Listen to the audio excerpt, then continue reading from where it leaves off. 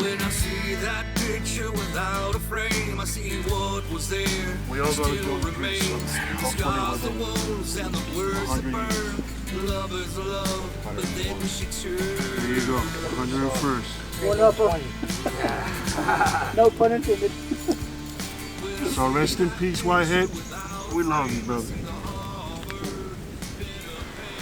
So I'm the state coordinator for the state of Tennessee for the Spartan Pledge, which is it's a suicide prevention modality that was written by veterans for veterans, right? Nobody makes money off of it.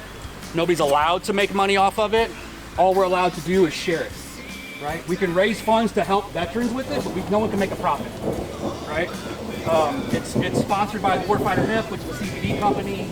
I'm a big advocate for cannabis. I think it actually does better than most medications at this point. I can tell you that I spent 17 years combined in the military. I spent 9 years in the National Guard. I spent 8 years active Army with the 3rd Infantry Division at Fort Stewart. I got there and could not get out. Every time I came down on orders, I got fenced in, or I got orders to go to another deployment, or something happened where they're like, no, you're staying at freaking 3rd ID. I lost, in my military career, I lost 6 friends downrange. The first 12 months after I retired, I know this is not a new story for anybody, right? Within the first 12 months of me leaving the military, I lost 24 to suicide. Okay? You know, the number is 22 a day, right? I'm gonna call bullshit.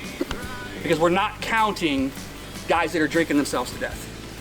We're not counting the guys that jerk the wheel off the side of the road. We're not counting the guys that start using that lifestyle, that risky lifestyle, as a way to end it. Because I can tell you, when I struggle, and I still struggle, but when I was struggling hard with suicide ideation, every day I'd drive down the road and my thought was, if I just jerk the wheel, I can end it right now. It'll be done, right?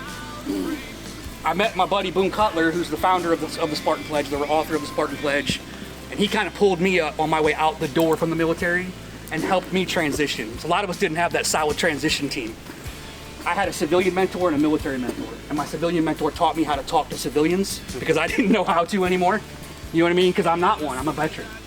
And just by pure definition, I'll never be a civilian, right? And then I had that military veteran as a mentor that had already transitioned successfully that helped me find that path. But then I kind of bought into the whole thought process of the Spartan Pledge. It's very simple. It's 2 sentences. It's not like, you know, the ACE training we had on active duty. It's not like the assist training. It's 2 sentences. I will not take my own life by my own hand until I talk to my battle buddy first.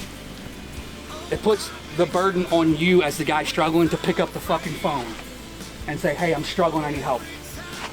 And if they don't answer, I gotta wait till you call me back. Because I'm promising you, I'm gonna talk to you first, right?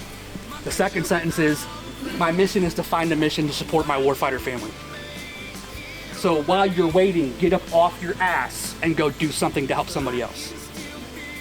Because 9 times out of 10, as soon as you do that act of service to somebody else, even though you don't want to, it pulls you back out of that funk, right?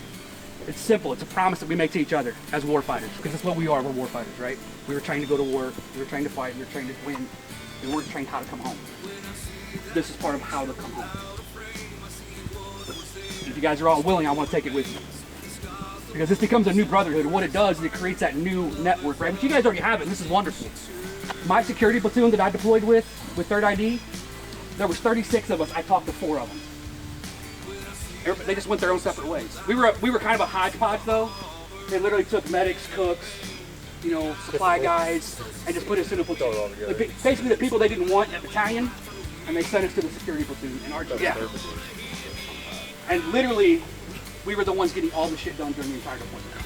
We were the ones that were 7 days a week going on mission doing shit, right?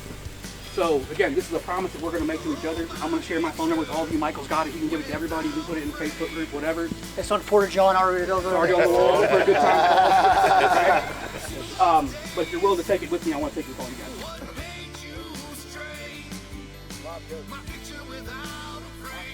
Repeat after me. I will not take my own life by my own hand. I will not take my own life by my own hand until I talk to my battle buddy first. My mission is to find a mission to support my warfighter family. This right here, this is your new purpose. You're here for each other.